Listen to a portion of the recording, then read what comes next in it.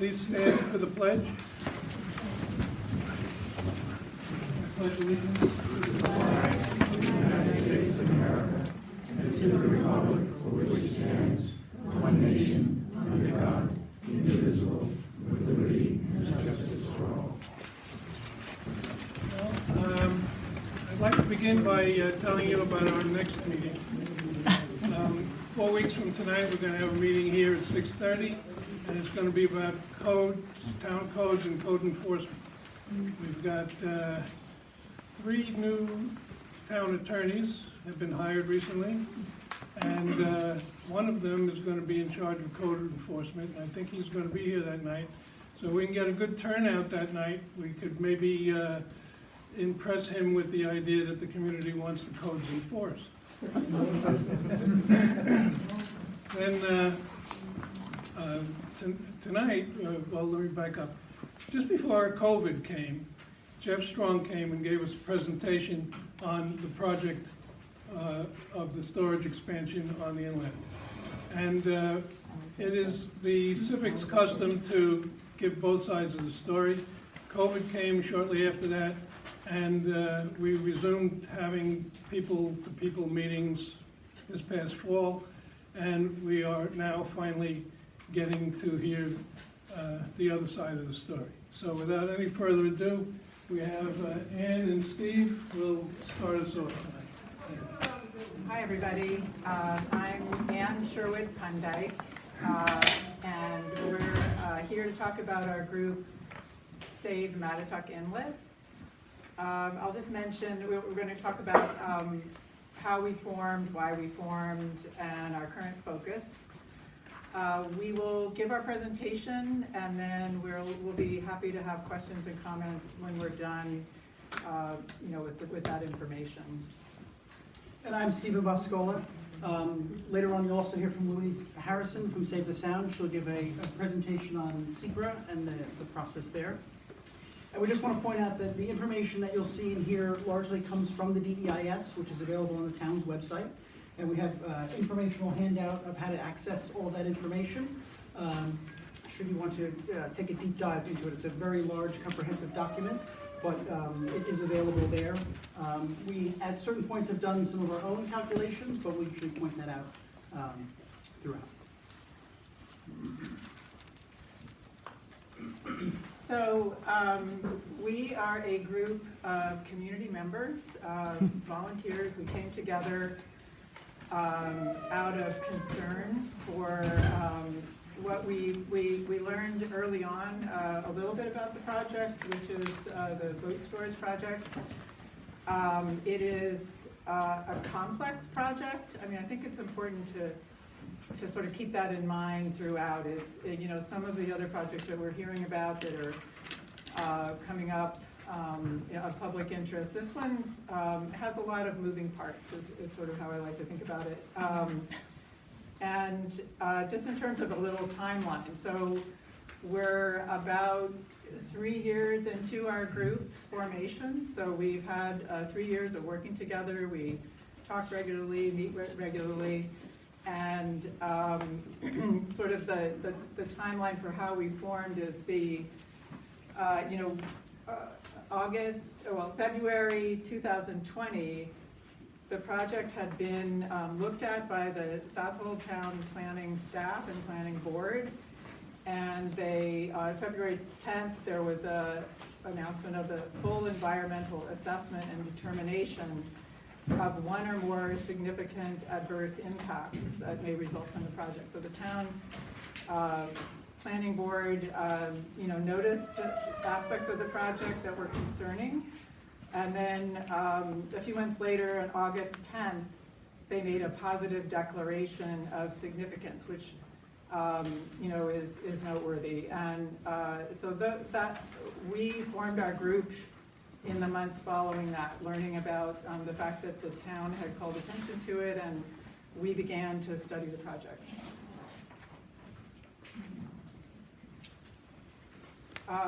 The purpose of our group is to raise awareness. As I said, it's a complicated project, and it it requires a sort of dissemination of information about it. You know, you need to kind of dig into it, and our goal really is to make sure that that information is available to people. They can read it themselves, draw their own conclusions. And we also have begun, we realized that this was a conversation happening between us and the town planning board and planning staff. So we're there to follow this process, this environmental review process that they're undertaking, and we will be getting into a little bit more detail about that later in the talk. Okay, so where are we talking about here? Because we do talk to some people and they say, oh, I'm not really sure where this project is. You know, can you help us point it out? This is the old Mattituck Inlet Marina site, which is about a mile down from the mouth of the inlet on the western side of Mattituck Creek. Okay, it borders the Mill Road Preserve and is right along, this particular area. You might not be able to see it all the way in the back, but that is one of the initial site plans for the project and the approximate location for about where it would be in the wooded area there. Some of our concerns here, what people have noted, is that the Strongs purchased this property in 2016. They've made considerable investments into upgrading the facilities, which has attracted more boats to the area, which is a good thing, but it's also could be considered a not so great thing. What we've heard from some kayakers in the area is that boat wakes are becoming more and more as people are speeding, going over the 5-mile-an-hour limit. That's causing some damage to some of the wetlands. And then some kayakers have also noticed that they've seen waste being dumped into the creek as well from the boaters. So, but as far as it relates to the project, here's what we're looking at. So this is the current site. This was taken by drone last year. And so step one is within this red area here to cut down 630 mature trees. These are trees that have been identified as over 6 inches in diameter.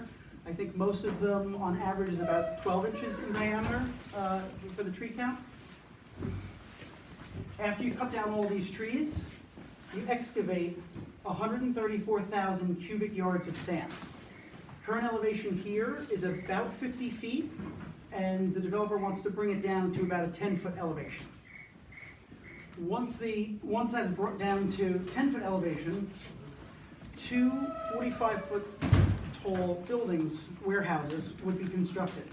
So the total height that you would effectively see from if you were kayaking on the creek, would be a 55-foot tall building. On the property right now is roughly 69,000 square feet of boat storage. These two buildings would be roughly 1.5 times the size of what's there today.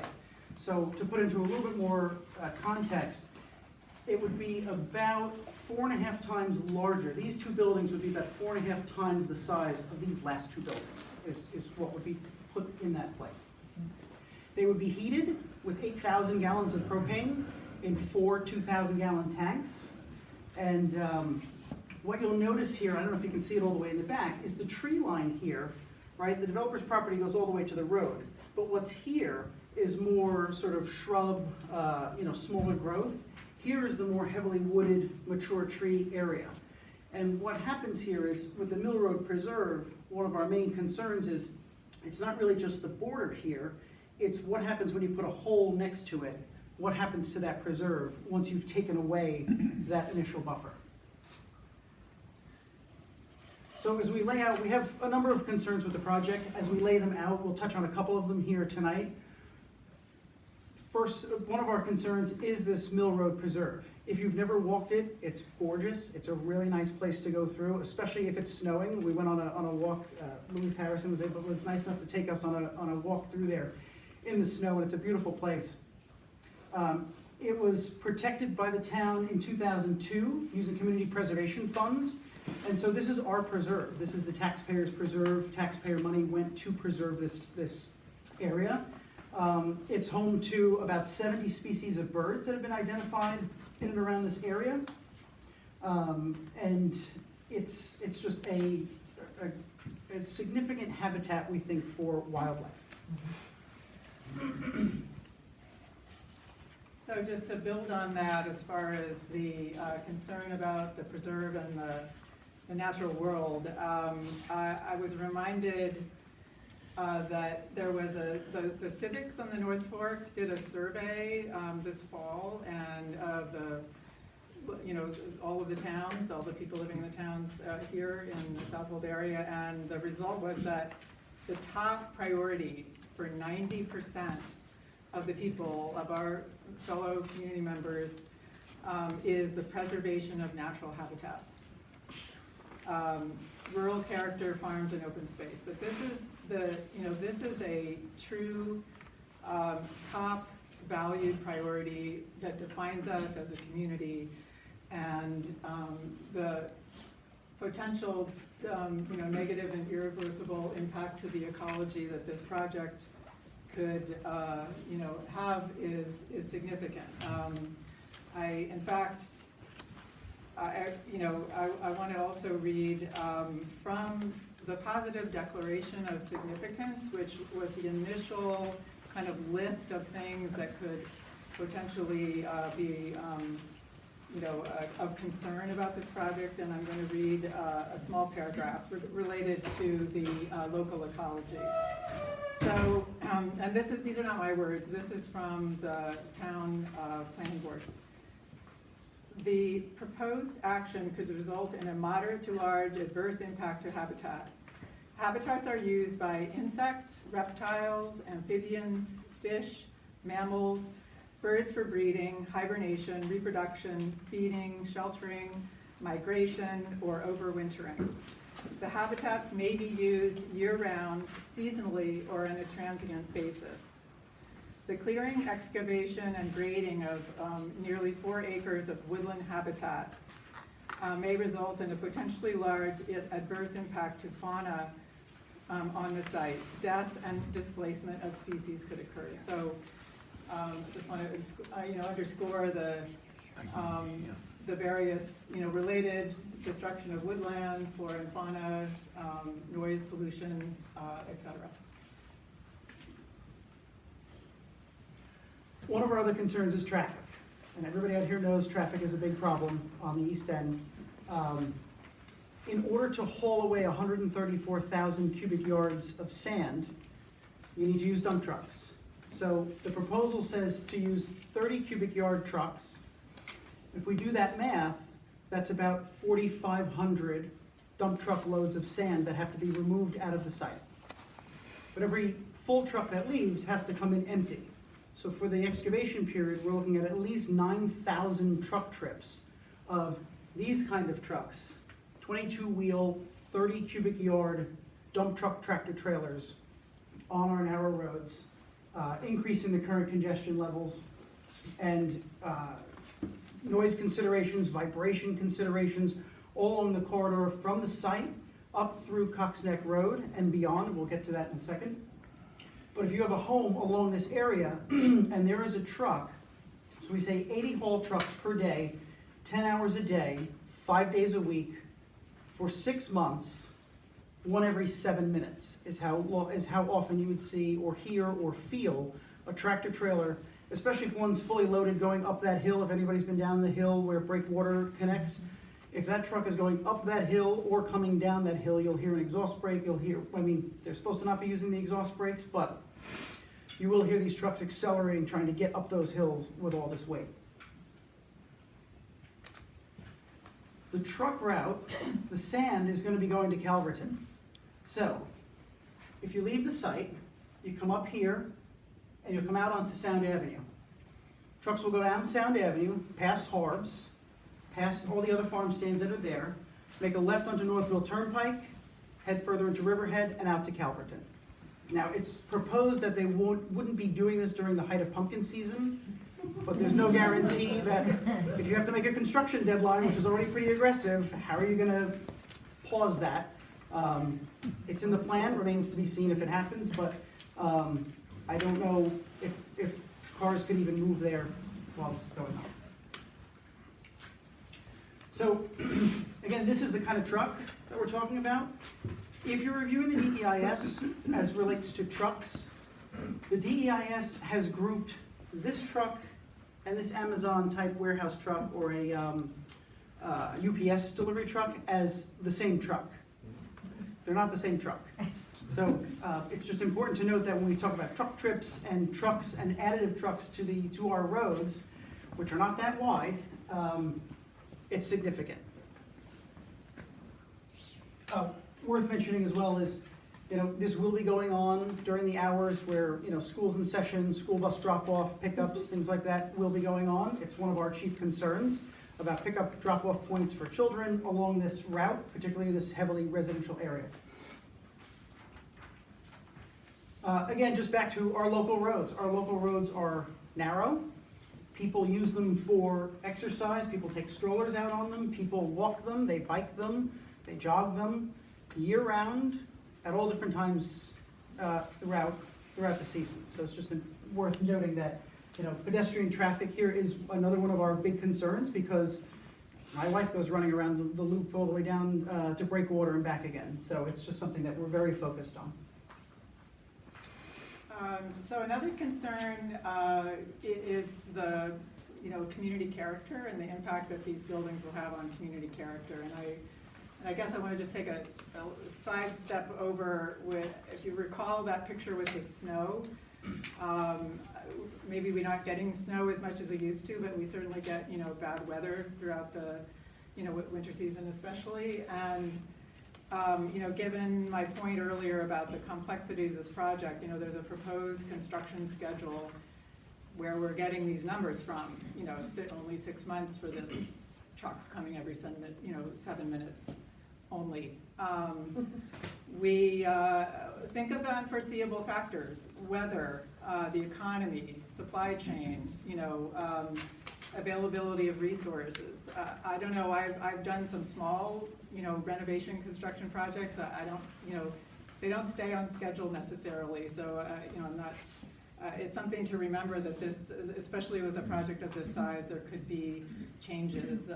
It's not hard to imagine that.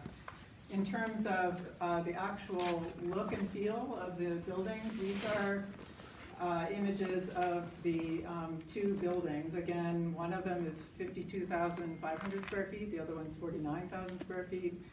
It's the equivalent of 1 3/4 size of a football field.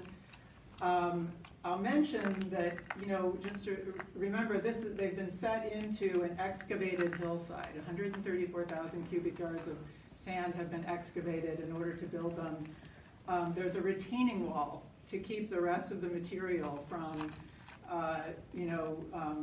resuming a location inside that excavated area. So these are warehouse-sized buildings. There's,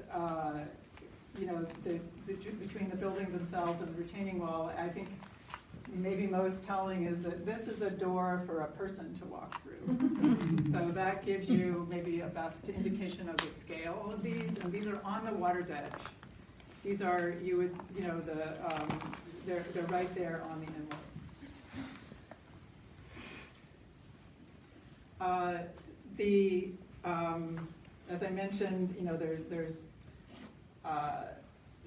the scale of the project is significant. I think another reference point is that the Brinkman's project that was, I think, often discussed here, 20,000 square feet. This is 5 times larger than the Brinkman's big box store. So, and in terms of, and the height, nearly 4 stories tall from the water's edge. So,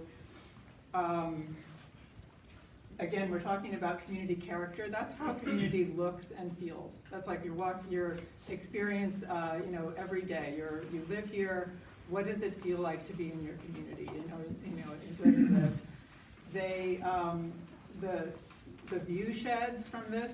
These buildings would be visible from recreational boat users. It would be visible from people on the inlet who live on the inlet, also from anyone using the preserve. It's right next door. So it's certainly not going to be, as has been referenced, similar to the small storage buildings that are inset into the ground and used to support store potatoes. There's really no resemblance. So one of the last concerns we'll touch on today is fire risk. This is taken from a boat storage facility in Michigan that caught fire about 6 months or so ago. And we've been seeing some boat storage fires happening a little more often. There were a couple just in Florida, I believe last month. So it's important to remember these buildings are heated with propane, so there's activity in them. There's not, the buildings won't just be sitting there dormant. What's stored in them is fiberglass boats. Fiberglass burns very rapidly with thick black smoke and burns hot. The boats to be stored in here are roughly, they're told to be about 60 feet in length, looking to store about 88 of them on average, what the EIS says. A 60-foot boat is going to hold several hundred gallons of diesel fuel. So add several hundred gallons times 88 boats, fiberglass boats, in a heated building, it's a concern. We're not trying to say that this would catch fire, but it is just one of our concerns in a heavily wooded residential area. What happens? Now, we have a great fire department in Mattituck. The tallest building, I think right now, is about 35 feet. These would be 45 feet set on 10-foot elevation. So our concern is these would be some of the biggest buildings in South Old Town to be produced. And again, it's just another concern. We have to look at every single concern and kind of, cross the T's. This is one of them for us.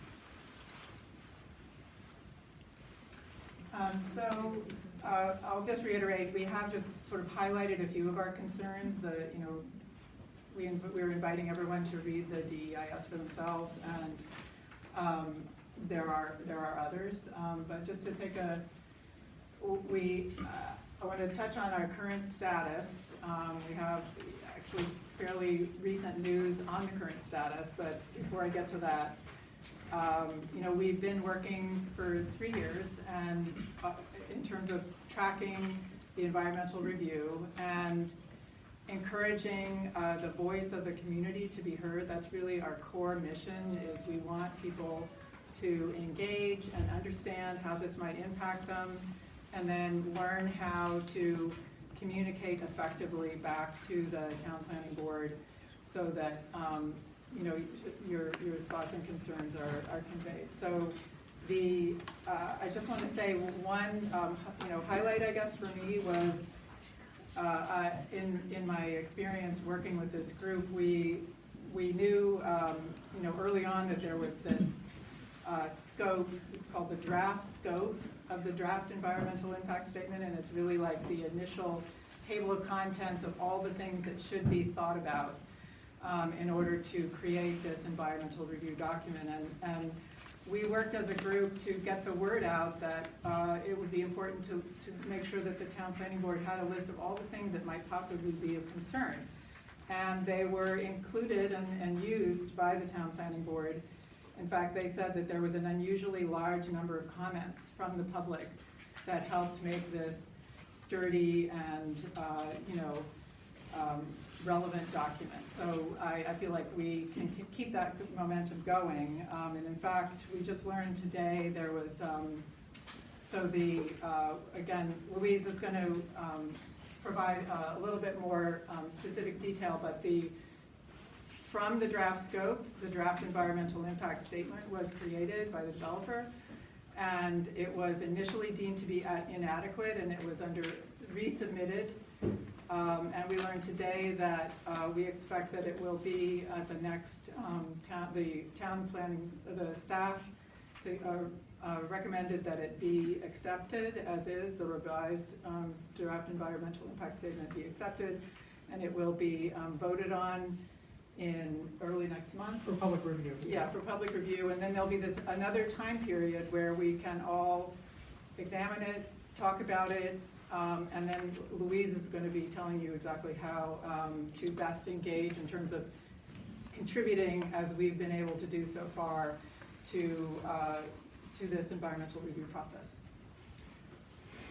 And so just a quick note on the planning department. So we've been talking a lot about the planning department, the planning board.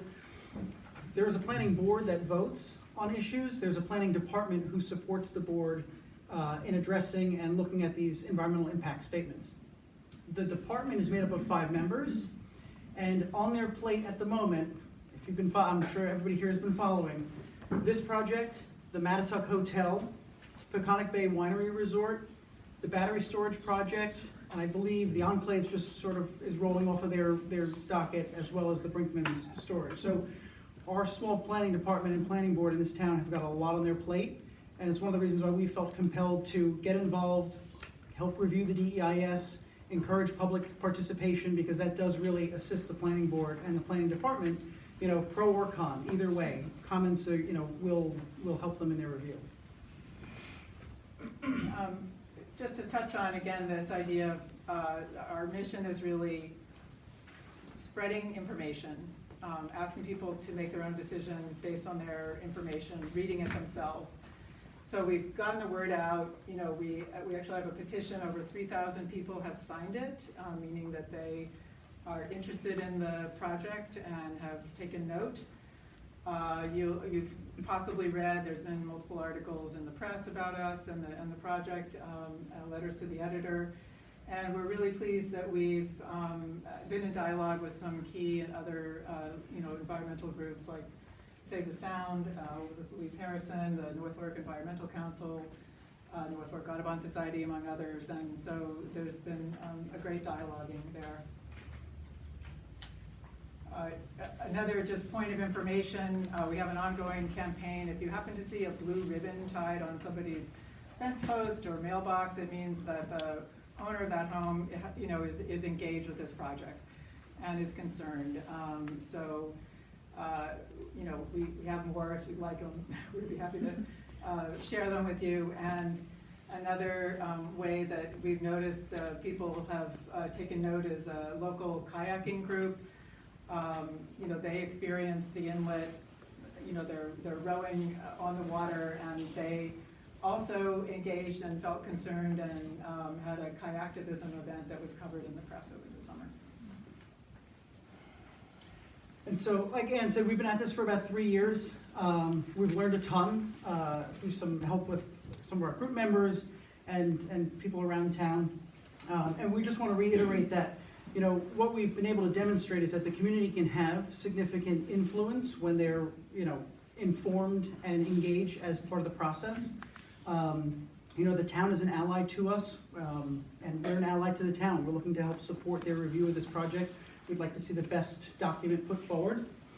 We're not anti-development, we're pro-thoughtful development, and it's one of the reasons why we try to take such careful consideration of what's going on in and around Mattituck Inlet. And you know, our position is not personal, and nor is it inflexible. And so, if you're looking to get involved, the QR code that's on the handouts will take you to our website. Other ways to get involved: spread the word, be part of the process. And Louise will take you through, you know, how you can get involved, submitting comments to the planning department. We have a Facebook and Instagram account, and we try and a mailing list if you want to sign up to our mailing list. We try to keep everybody informed of major milestones and you know, comment deadlines, things like that. We'll be keeping the public informed as much as possible.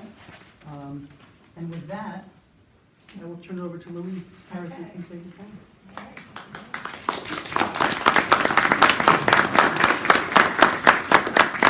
Hi everybody, I'm Louise Harrison. I work for Save the Sound.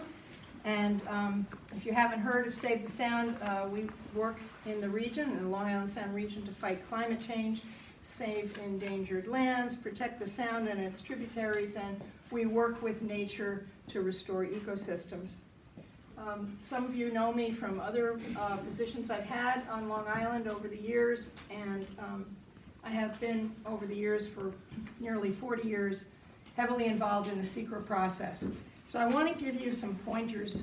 That's my part of tonight's presentation, is to give you some pointers on how best to get involved in this rather complex process. So I want to start by asking you a question.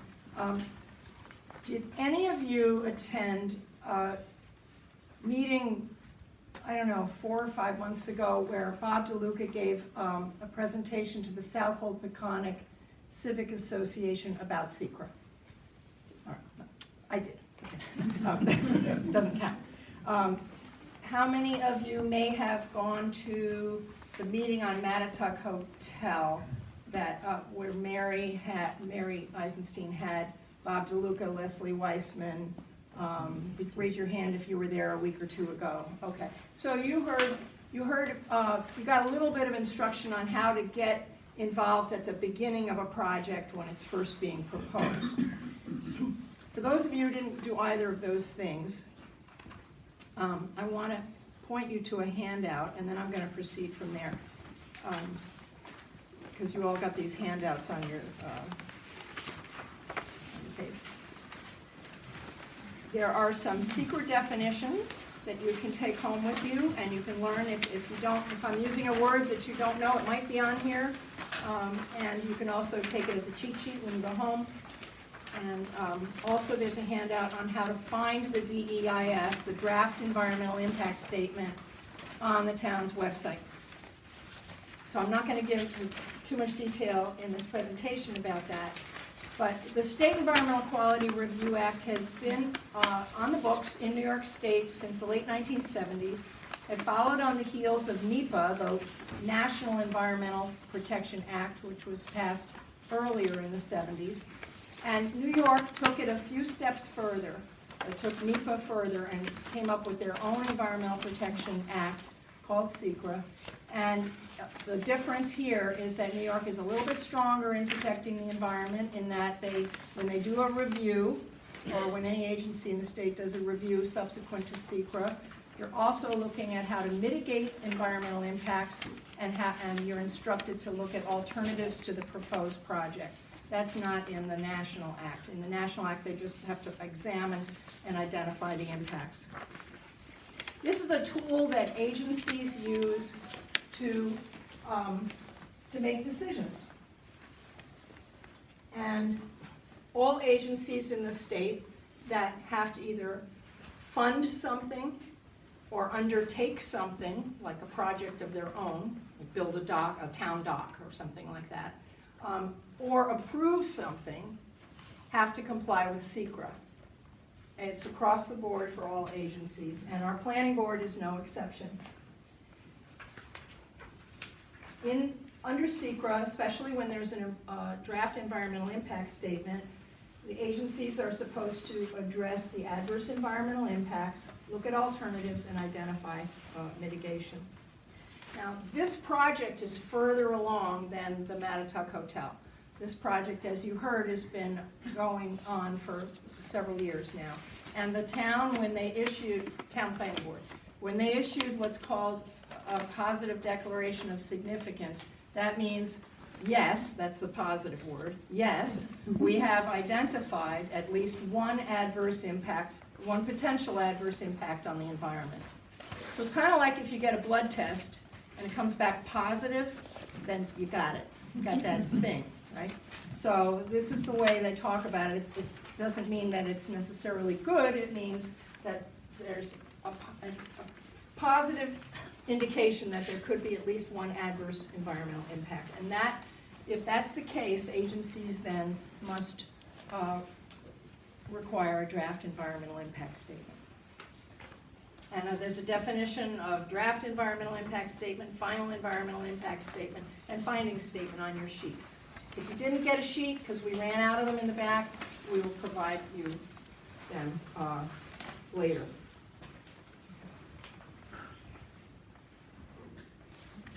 As I said, this project is now at the DEIS stage, and the lead agency is the Town of South Hope Planning Board. Lead agencies under SECRA have a great deal of discretionary power. They decide what's going to be in the draft environmental impact statement, as long as it's what's minimally required by the state law itself, and they are going to be responsible for making the decisions at the end. They're also responsible for following the guidelines that SECRA sets out for when you open it up for public review, whether or not you hold a hearing, and how much time is allowed for this, and how to put documents together. It's not all that frequently done here in the town, but our planning staff here is competent, and they know how to advise the planning board on what to do next.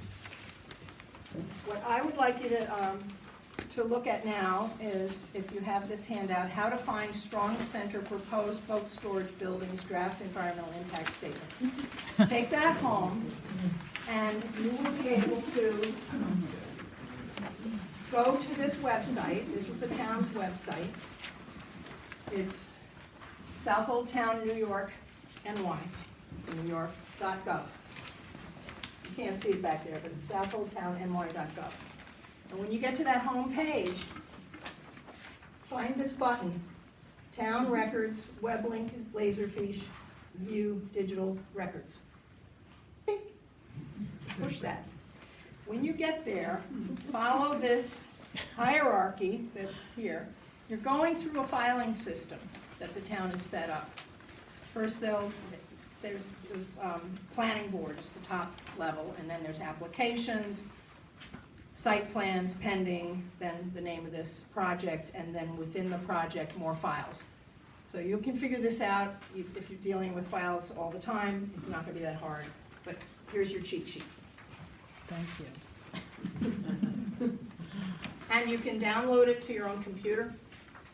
If you don't feel like it and you want to be looking at it, it's clearer if you push for printing the PDF. It doesn't actually print it, but it creates a temporary PDF on your computer. It makes it a little clearer and it moves faster. If you don't do that, it seems very slow and it's a little fuzzy. So, what I wanted to point out next is nobody has to be an expert to participate in the environmental review of a proposed project. It's great if you are. So look at the table of contents of the DEIS, and if there's a topic area there that you feel you have some expertise in, please read that section. And then think about whether you want to comment on it. Does it make sense to you? Does anything need to be corrected? Should something be added? But if you don't have specific expertise about the topics in a DEIS, consider the fact that you have expertise as living in the neighborhood. Okay? That's your experience. You're an expert at living where you live. Even if you've only lived there a few months. You know what your community is like. You know the feeling. And believe it or not, the State Environmental Quality Review Act includes things like community character as an environmental factor, something to consider as part of our environment. Community character counts. Also things like aesthetics and your view shed. Those are part of your environment. So you don't have to be an expert. Don't be daunted by something that's fat and heavy, if you print it out, and I don't recommend you do. But think about whether you have a particular care about this project. And you may actually have a unique perspective, which is, you can't read that back there perhaps, but again, maybe you've taken a walk in the adjoining preserve, and maybe you have some thoughts about impacts of this project on that preserve.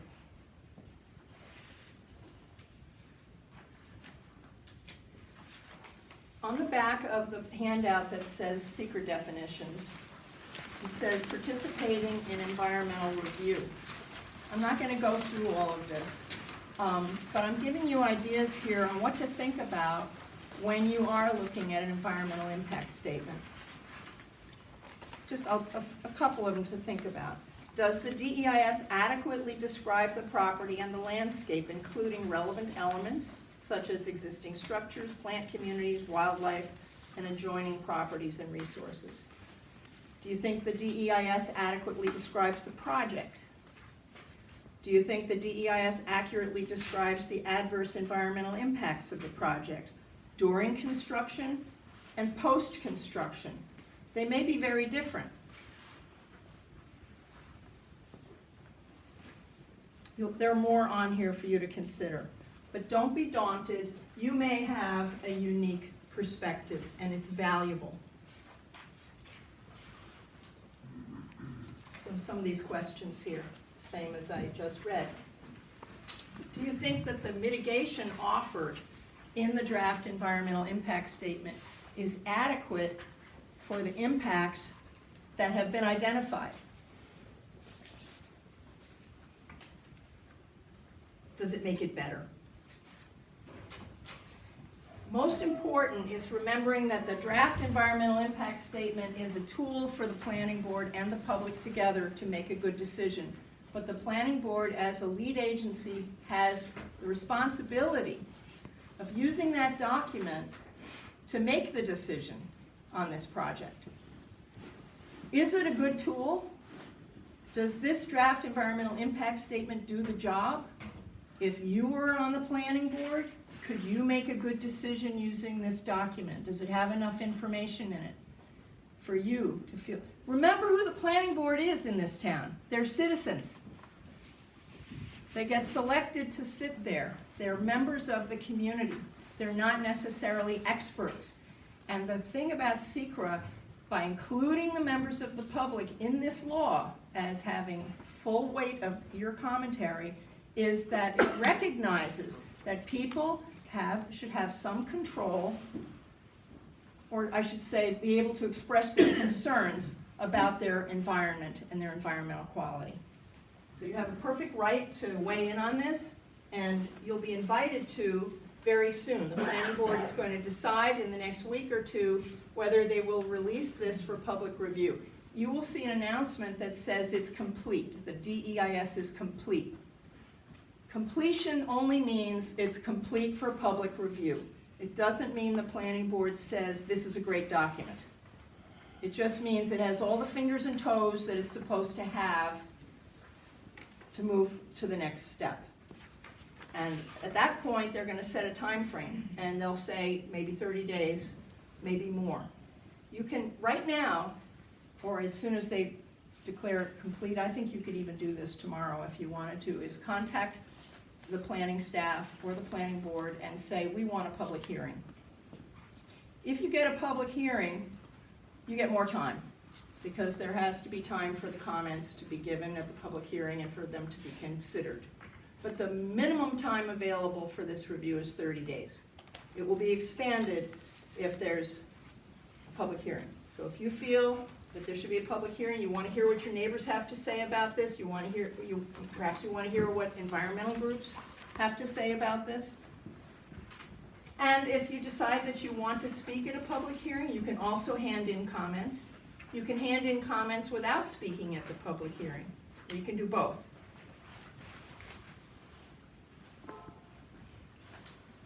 Let me just go back for a moment. On the bottom half of this sheet that says participating in environmental view are some pointers about preparing your comments, whether you're speaking or writing. I really suggest that you take to heart what Mary said, or maybe Stephen said just before, is how busy our planning staff is. And imagine if each one of you did submit comments, how many things they'd have to read. So with a little sympathy for the planning staff and the planning board, keep your comments direct and try to make them easy to read. So maybe use headings and bullet points and things so that if somebody has to turn the pages really fast, they get your points. Maybe say your points right up front, your main points, and then say why. Does that make sense? Mm-hmm. I mean, really make it easier for them. I think that would be very useful. You can get some ideas on your topics by looking at the table of contents of the DEIS, and you'll see all the areas that had to be covered, that the planning board said, we want all of this laid out. Again, if you see a topic area that interests you, or you have expertise in, or you just care about, pick those topics, and use the same words that are in the table of contents, which will help the planning board staff, again, identify what it is that you're talking about that's relevant to the DEIS. And this most important point, it's not useful at all to get up and say, I'm against this project, and then go sit down. It doesn't, they will not even count the number of opposition or pro. They need substantive comments. Your comments have to be based on the DEIS, because the hearing is about the DEIS, and the DEIS is about the project. okay? So if you're all in favor of this project, getting up and saying, I love this project, and sitting down is no better than anybody getting up and saying, I hate this project. Please, do the planning board and your community a favor and find those elements that you think need tweaking. Did you know, and you probably did because you're all voters, about the Green Amendment to our New York State Constitution? And I know Mary talked about this a week or so ago at the Mattituck Hotel meeting. We now have a civil right that's related to the environment here in New York State. Voters voted on it. First, the legislature voted on it, and then the voters voted on it in a referendum, and it's now Article 1, Section 19 of the New York State Constitution. We now have a constitutional right that each person shall have a right to clean air and water in a healthful environment. So environmental protection is now moving into the realm of civil rights. This is all different. And we're expecting there's going to be new case law based on this. And I think there's probably lawyers trying to figure out, how does this affect seeker reviews? How are we going to evaluate projects and consider their environmental costs and benefits in our decision making when everybody has this civil right now? Now, this doesn't mean that I can sue Marge because she's denying me my civil rights.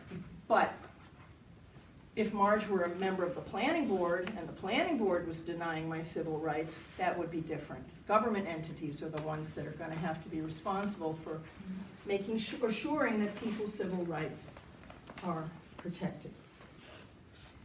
So I think that's just the sort of a quick primer on what I'd suggest you do if you're interested in this project, and I hope you will. Help the planning board make a really, really difficult set of decisions. And if you have any questions, I think for any of us, we'd be ready for them at this point. Anyone who has a question or a comment, please raise your hand first, and when you're called on, just say your name and speak loud enough for everyone to hear. Hi, I'm Marina. I'm in Mattituck. I'm just wondering how far along the process is in terms of, is this project definitely going to happen and we just have to try to mitigate what they're going to do? Or is there a chance that it will be completely washed? Good question, and I'll just take that if you don't Yes, mind. please. So this, the SEQA process is designed to help decision makers make exactly that decision. So when the draft environmental impact statement is declared complete and open for public review and all of your comments come in and public hearing comments come in, there's another step. I'm going to go through a few more steps. That step will be that they will summarize, the planning board will summarize all the comments and will ask the project proponent to answer those comments, respond to the comments. At that point, once they've got all the responses together, the planning board has a decision to make. Will they now finalize the document and call it a final environmental impact statement, or will they say, still not satisfied, we're responsible for a final environmental impact statement, we're going to hire our own consultant and prepare our own final environmental impact statement? Because they have this heavy responsibility given to them under state law, they have to make that decision. I don't know which way they'll go on that, and I don't know what your comments will be and what the responses will be, but that'll be a decision. If they say, we're ready, this is good, we've got everything we need here, then they're going to produce what's called a findings statement. There's a definition of that on your handout. A findings statement becomes the tool where they take, what did we learn from this document, and what do we think the adverse environmental impact statements will be? Is the mitigation adequate? And how do we balance that with social and economic concerns as well? And then they make their decision. They can issue their findings statement and their decision about the project in one fell swoop. But their findings statement has to be, by law, an outgrowth of the final environmental impact statement. So we don't know the answer. This whole process gets us to the answer of whether or not.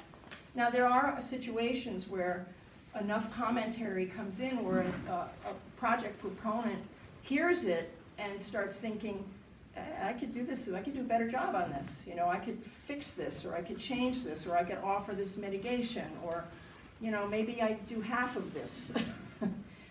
So there are opportunities as well. Sometimes they hear something from the public and they say, well, that was a good idea I never thought of. So this is really a public process, and your input will be important. I live in Mattituck. I live on Wickham Avenue. I've been there for 50 years. And I think I have a unique perspective towards this project because I live on the Wickham Avenue when you come off Route 48. Go up to the bridge, Grand Avenue. I lived before Grand Avenue. The creek comes in and goes under Wickham Avenue. It goes further east to Wolf Pit. And as it goes through that area, the salt water is purified and Wolf Pit becomes a freshwater pond. So you have all that action there. It flows back and forth, the tide. And sometimes Manhattan, the blues chase the Manhattan in and they get stuck right there and they have to come and dredge it all out, if you know that area. Now, for 10 years, Mr. Reeve property, Mr. Reeve and I had some contentions because they wanted to build 3 houses on that south side of the creek. They wanted to put 3 houses in there, and I went to the town about it, and they said that there's that's one section is preserved land.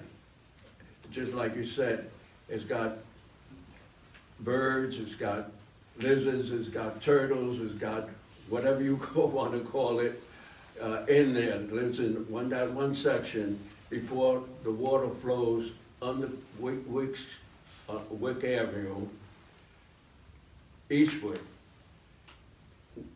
At the town board, they said, the CEQA said that that section, before it flows under Wickham Avenue, that section is phragmites. No such thing. No such, you can't even find one phragmite on that section. It's all woodland, the whole section here. And I have the Reeves property here.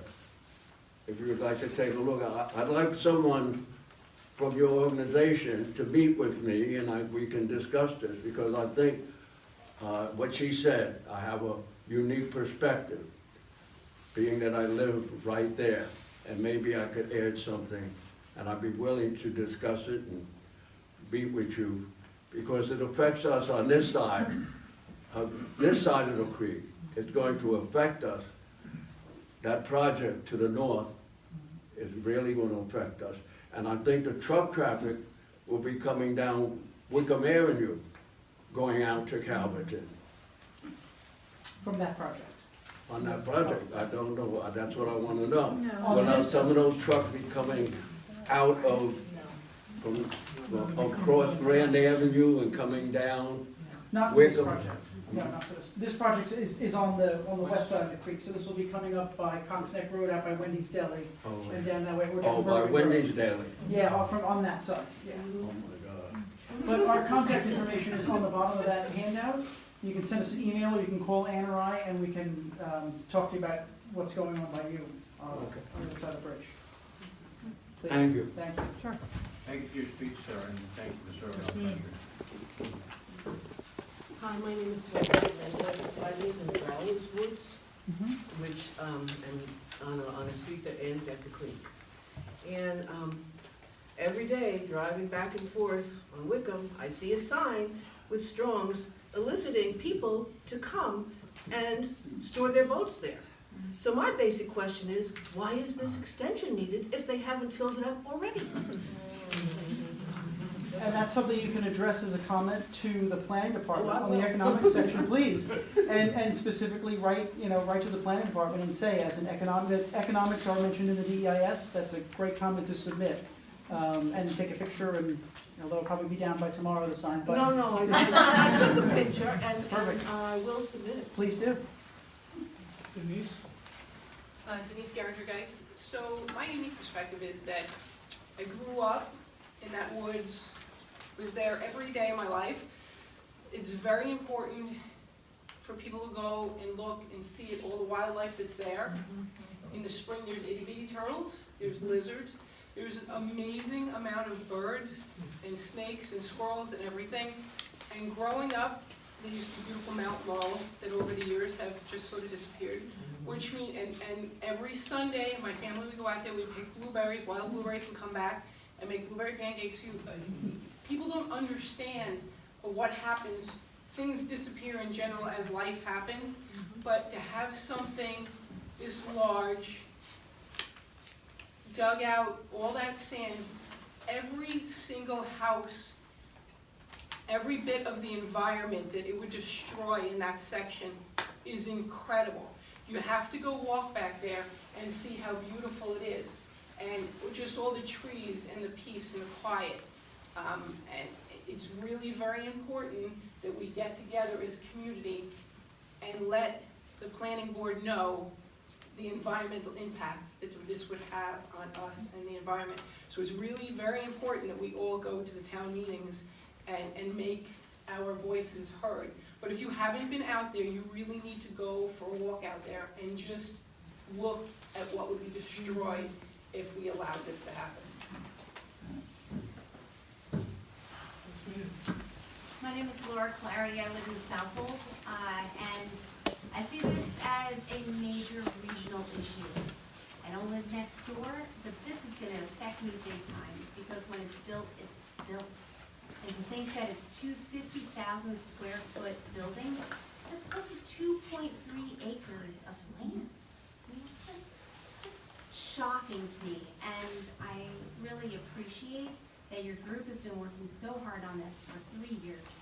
And Louise Harrison is just a fabulous person in general. But for you to... Excuse me, I'm the fabulous person. We agree. We agree. There's so many issues going on in Southhold, and I'm so glad that there's so much focus on this because it's scary.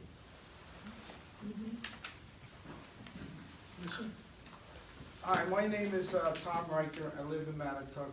I like to say this preserve, I do use it quite often. It is one of the nicest places. It's a hidden treasure. My wife also walks the area, not only the preserves, so it's going to affect her when we walk around the block.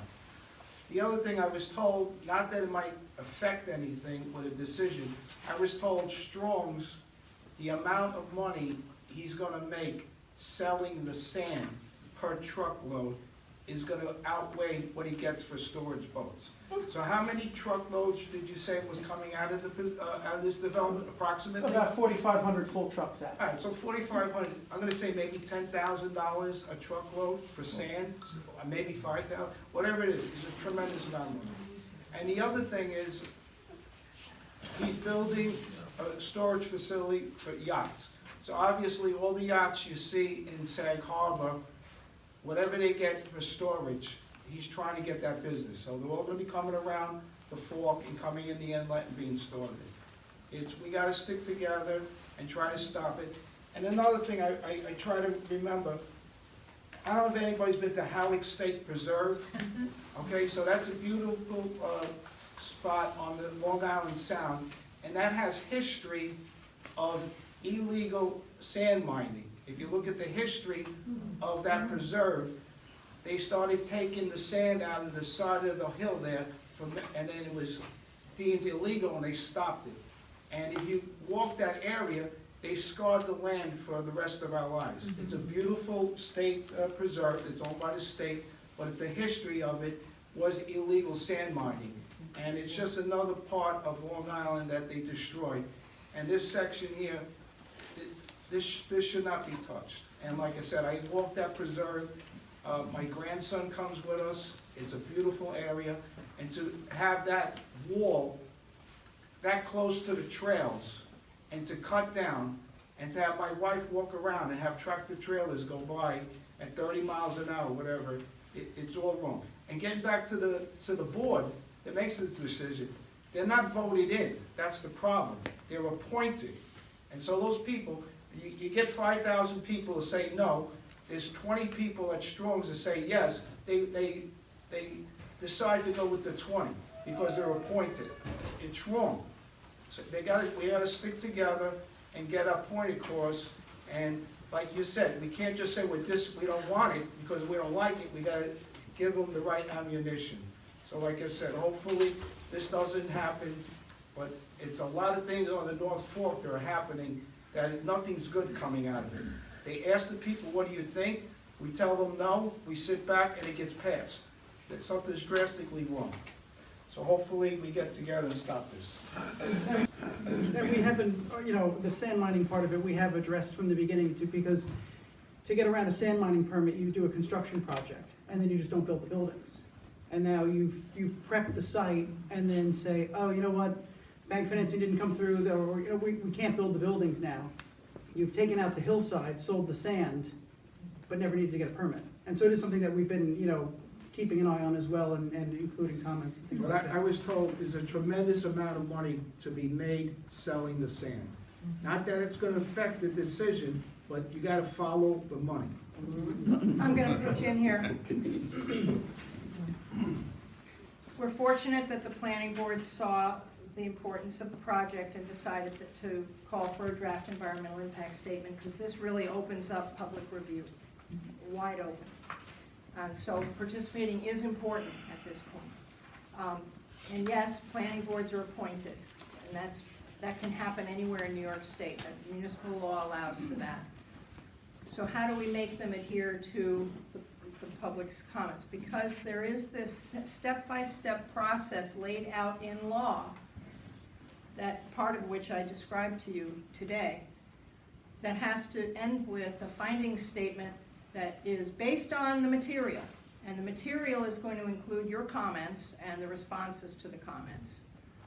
Now, let's say a planning board makes a decision that isn't based on the material or ignores the material. That can happen. As you mentioned, could happen, that people's comments get ignored. Though there's a remedy for it. Unfortunately, it's expensive. But there is a remedy, which is a lawsuit. And because it's called an Article 78, and it allows people to say that a lead agency, which in this case is the planning board, was arbitrary and capricious in how they came to a decision. So if they weren't looking at the material, and they ignored the material, and they ignored the public comments, and they just went and made a decision anyway, that would be considered arbitrary.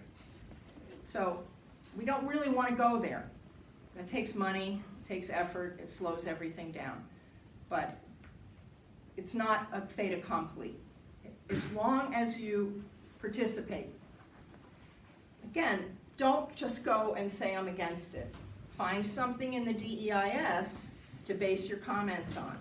If the DEIS says, this is the situation as the developer sees it, as the impacts on the preserve, let's say. Just take that one little part of the document.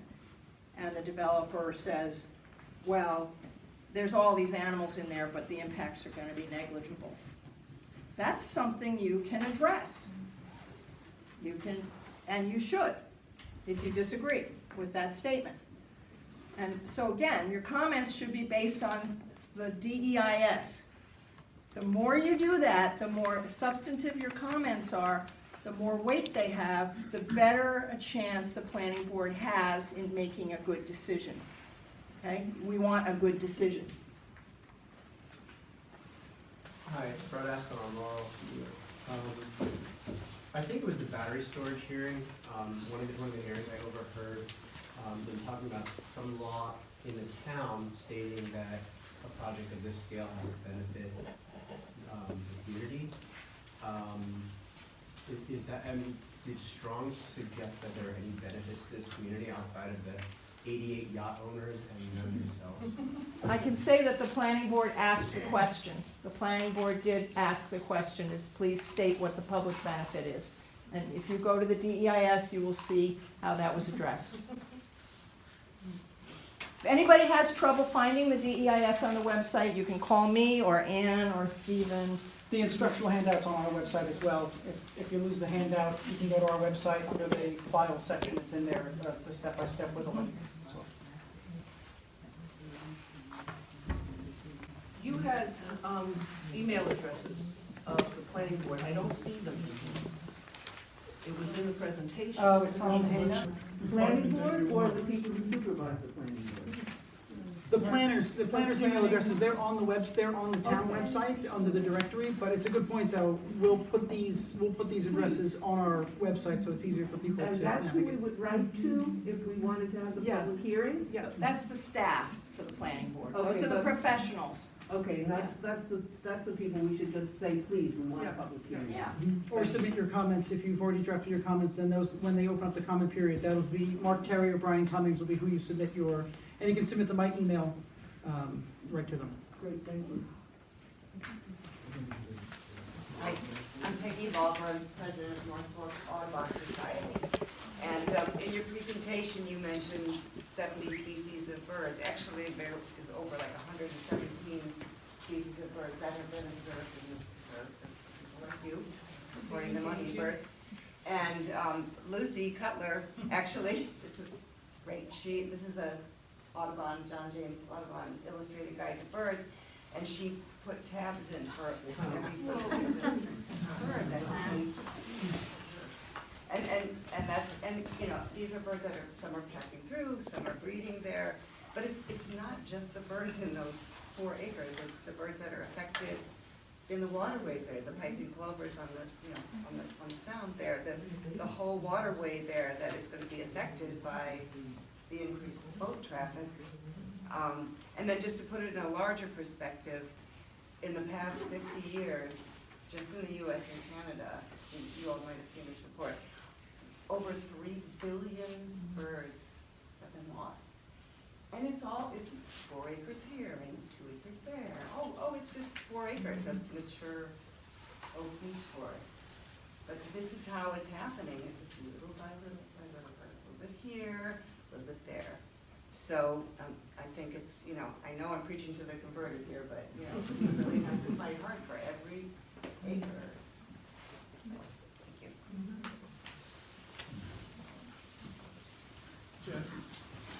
Jeff Strong, from Strong's Marine. Appreciate the community's input. You know, we've been involved with the community out here in Mattituck since 1965. My son, the 4th generation, is here. Sarah, our Director of Operations, is here. Appreciate all the valuable input that you have. Just a couple of points to save some people some time here on things that you said. Just literally as of 4:30 this afternoon, we were at the town and the planning board did agree to have a public hearing, and they did say that they were accepting the DEIS as a completed application, as Louise had explained before. That doesn't mean it's approved or anything such as that, just simply means it's a completed application, ready for further public input. The date they gave us this afternoon was May 8th, so until it's in writing, it'll be confirmed, but I believe it's gonna be May 8th. In addition to that, I just wanted to make sure, and I think you said it, but it can be confusing when you go on the websites. There are 2 different DEIS documents to review. So the first was the first DEIS that was submitted and deemed not complete. And then the town came back based on public feedback, which was all extremely valuable, and said, you know, we need further clarity on this, that, and the other thing. We have over 10 consultants that we've hired to give not Strong's Marine opinion, but specific consultants' opinion on those valuable community questions. So when you're reviewing the DEIS, make sure you look at the second one, which is dated, I believe, December 1st, 2022. That includes the first DEIS, but then also includes all of the additional answers from consultants that was based on community feedback. And then the third thing, just to let you know, again, we want this to be as good a project as it can be for the community. As I say, we've been here since 1965. My wife and I have lived on the creek for over 30 years. We kayak there ourselves, so we feel like we get it. So Strong's Marine will have its own public hearing, of course, of which everybody will be welcome, of which we'll have our consultants there, and we're gonna do that in advance of the South Old Town public hearing, so that this way you'll have a little more time to ask more in-depth questions. We'll have the consultants on the site. Anybody that wants to ask anything is welcome to, whether it be at that meeting or prior to that meeting. Thanks, Jeff. So Jeff's right about the, it being deemed complete means it's just complete for public review. And it's great to know there's gonna be a public hearing. When they announce that on the 8th, they will have to give notice, at least 15 days notice of a public hearing, and it has to be published in the environmental notice bulletin. So again, there's more rules and steps they have to follow in order to make sure that everybody finds out in a fair way what's going to happen. And I would just like to point out, sorry, is that on our website, we've updated for the revised DEIS. That might not always happen. And also, I appreciate that you're having a public event. That I think that's great. But I also think maybe that's front running the comments so you can get ahead of them before they get submitted to the planning department. So what I just want to encourage everybody is, if you have comments even before you go to that meeting, submit them to the planning board so that they get in the record, and then they're formally addressed. And that's just another way to make sure that you're part of the public process, because as we said, it's a very important process. Right. So save your firepower. If you can only go to one, go to the public hearing that's given by the town, because that's where your comments will be recorded for posterity, and those are the comments that will be part of the decision-making. If you want to go to both meetings, the Strong meeting and the town meeting, you're welcome to. But if you only have time for one, make sure your comments get into the record at the town level. I'm just a little confused that if we want to comment on the DEIS, we do it on the town website? Well, you can send an email to one of the planners, Brian Cummings or Mark Terry. If you want to make your comment, it should be based on the DEIS, which is available on the website. But it goes via email? Yeah, just. You can do it in person at the public hearing too, But let's not on say. the website? You don't, No, there's but no here- place to comment? No, Here, correct, yeah, correct. here's how it works, and you're gonna, dear Brian, your clear subject, tying it that you're gonna comment, and your clear statement. You email it to Brian, Mark Terry, then you'll see that it will appear in the Laserfish files under public comments. You can go and see your own email That's right true. there, and now you are in the record. That's how it works. Don't forget snail mail. Right, there's also snail mail, and if you, let's say if you're a last minute person, and you're like, oh, the public hearing is today, I gotta get something down, you can submit it the old fashioned way on paper. You can, and you can hand it in at the public hearing. You can also mail it. You can also hand deliver it to the planning department down on Main Street, Main Road. So there's a number of ways. You don't have to email it, but if you email it, it gets in pretty quick.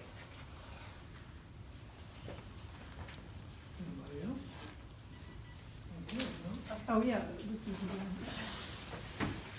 Good evening, my name is Lucy Cutler, and I'm a 26-year resident, along with my husband Garrett, of Bailey Beach in Mattituck, and we walk that beach and kayak that creek pretty much every day of our time there. So I want to thank the Civic Association for hosting the meeting this evening. I've been asked by Karen Testa, who's the Executive Director of Turtle Rescue of the Hamptons, to read a statement on her behalf because she couldn't be here tonight. Karen wasn't here for the presentation, but she has read the DEIS and is very familiar with it. This is Karen's statement. Turtles have been a part of the global ecosystem for 220 million years. In New York, 7 out of 10 native turtle species are now designated as endangered or threatened by the Department of Conservation. On Long Island and right here on the North Fork, we are losing a tremendous number of turtles due to habitat loss and injury from development. The eastern box turtle is designated as a species of special concern by the DEIS. So if you don't know what it looks like, here it is. I took this picture actually in Mill Road Preserve last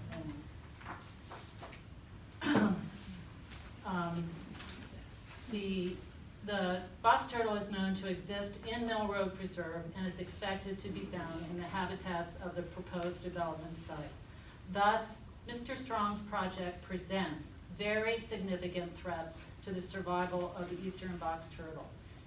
One turtle is lost. If one turtle is lost during this development, it will take 10 years to regain its population. Turtles cannot speak for themselves. But please, let's join together to prevent the loss of this critical habitat for the eastern box turtles and the many other species of birds, animals, and mammals who depend upon it for survival. Thank you, Karen Testa. Okay, well, I want to thank the Mattituck Park District for the baffles. The acoustics in here tonight were much improved over what they were last year. And thank you all for coming.